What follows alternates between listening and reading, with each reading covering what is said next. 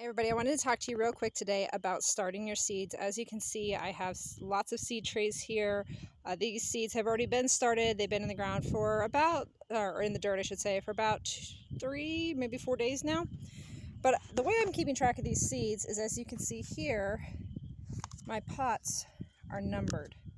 So each set of 6 pots has numbers on it. Now these numbers correlate with numbers in a notebook that I've written down that show all the different seeds that I have planted. So each section of these seeds I did the same seeds because it's a lot easier to keep track of them that way.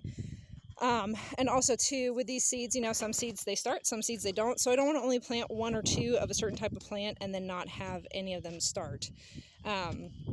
So I planted 6 of each type of plant. Plus, anyways, we have a big family. So if I get all 6 seeds started of a certain type of plant, the more the merrier. Also, what I did here is I'll lift this up.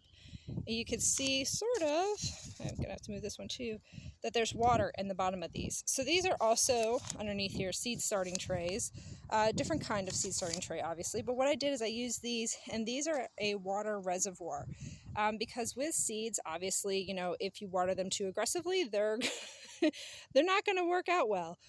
Also too, with that being said, if they get too dry, they also won't start. Now, with this, I have the water reservoir in there, and it is pretty moist right now. These are moist. Sorry guys, wind's blowing, my hair's getting making shadows. But these are pretty moist. And what I do is I fill them up about, halfway. You can see there's still some water in there. I fill them up, the water trays, fill them up about halfway, and just let them wick up the plants. This allows the dirt to stay moist, but not too moist to where it would rot the seed. I do let them get, a little bit more dried out, and then I add in more water. I added this water in about 2 days ago, and as you can see when I showed it to you, it's already almost gone. Let's pull up this one real quick. This one's got a little bit more still in it. And then I do actually have these over here, larger pots with other starters, and then these as well. So what these do is they let the moisture continue, like I said, wicking up through the soil, but not getting it too wet. Also, roots tend to head towards the water.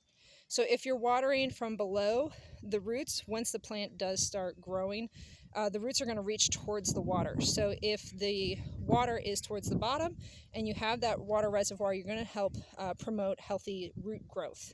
You want the roots to start growing down, start getting big and healthy. You don't want them being really shallow when you transplant them. So this is another way in order to help help promote root growth. So this is just kind of what I started off with. There's 162 trays here, or plants here total, plus with these guys over here. So there's 162 total. We'll see how they do. And so far so good. It took probably about 24 hours for the water to actually soak and wick up all the way to the top of these. But after that, they've stayed moist, dried out a little bit, but then I put more water in and they got moist again, but never completely dried out, which you don't necessarily want your seeds to ever get, your seed starter sets to get completely dried out. So yeah, this is it guys. Hope you all have a great day. Bye.